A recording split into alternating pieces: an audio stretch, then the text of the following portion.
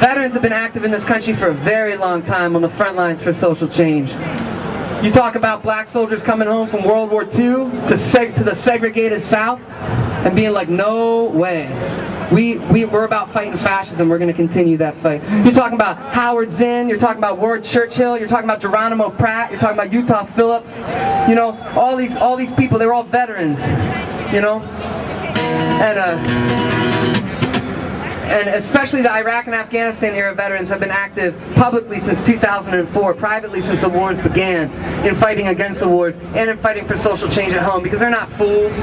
They know what these wars are about, you know, and they're coming back to this jobless country that throws them away, that rips them off on their health care, that closes veterans hospitals. Today in Los Angeles, veterans, led by Iraq Veterans Against the War, are beginning an indefinite occupation of a VA site in Los Angeles, in East Los Angeles. That was supposed to be earmarked for veteran care, but they've been selling it to private developers. And they've begun an indefinite occupation there.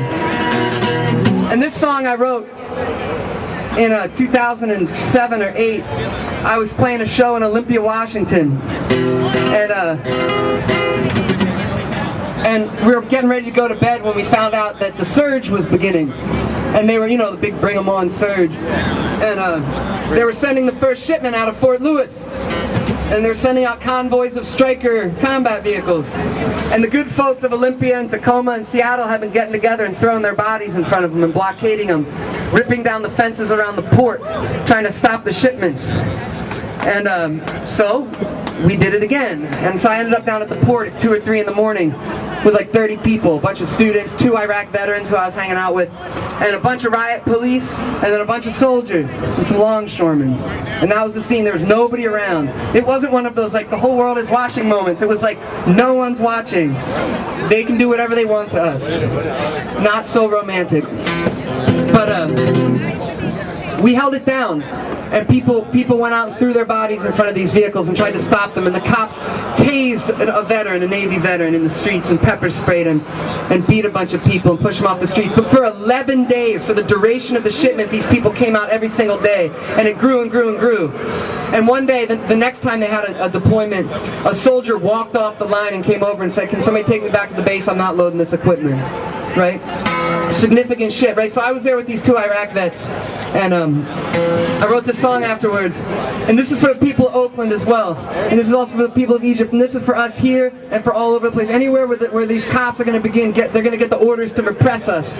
They're going to get the orders to take a movement that has the majority of the country behind it and try to repress it with violence.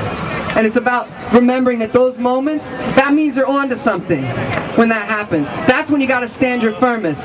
That's when it's most important. And the folks in Egypt knew that because they had those 2 days where Mubarak sent in all those plainclothes police officers on horseback and on camels, and they rode into Tahrir Square and started stabbing people and hitting them with sticks and beating them. And the people fought because if they didn't fight, they were going to lose. And they knew that.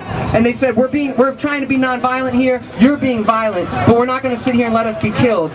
And after they won the fight, they made a little makeshift jails in Tahrir Square, and they put some of these police in them, and they said, look, police officers, not regular citizens who've come out to show their anger, hired people by Mubarak to come in and bring violence. And then they came out the next day and they had the largest march they'd ever had in Tahrir Square. And that's what it's about. That's what this song is about.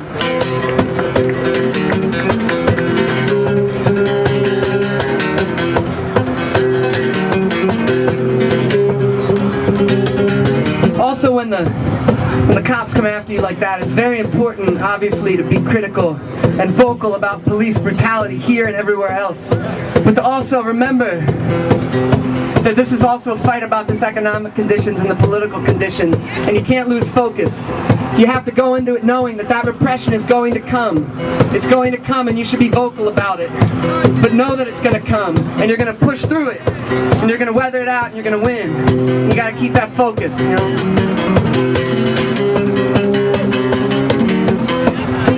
They got cops on the streets, walking in lines with taser guns, wooden batons trying to keep you scared. The violent attacks, you know it all comes down to how you react. And now you're face to face, seeing it all. Disperse the warnings and making the call. They got buses to pack with people like you, and they did that in the 50s. The movement grew. Young student, new to the game, movement elder, fan of the flames, combat veteran, seen it before. Same tactics used in the foreign war. Final warning, you're keeping your underground. Committed people sitting all around. Through the bullhorn, it's all distorted. You can't leave now. We can't afford it. Hold the line. Even if your voice shakes, friend of mine. Even if your voice shakes, push forward. It's up to you. See it through.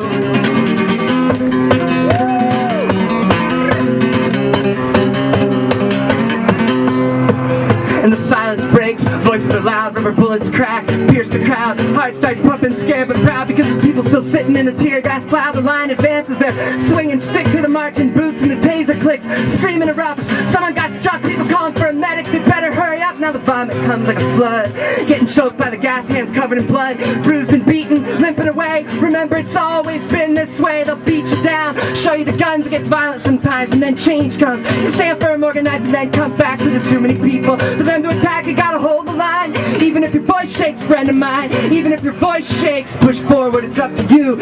See it through.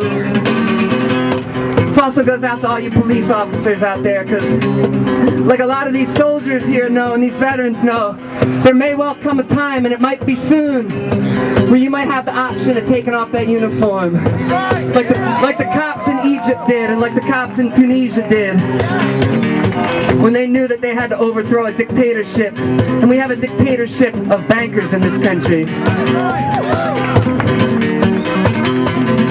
You might have to make that choice at some point, and you're welcome to. I encourage it, actually.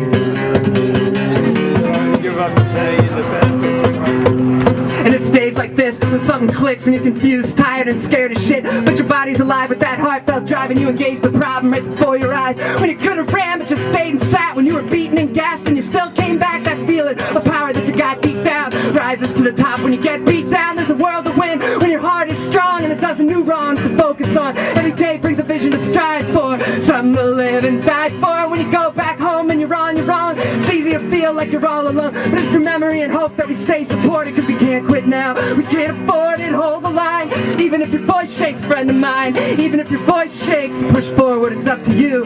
See it through.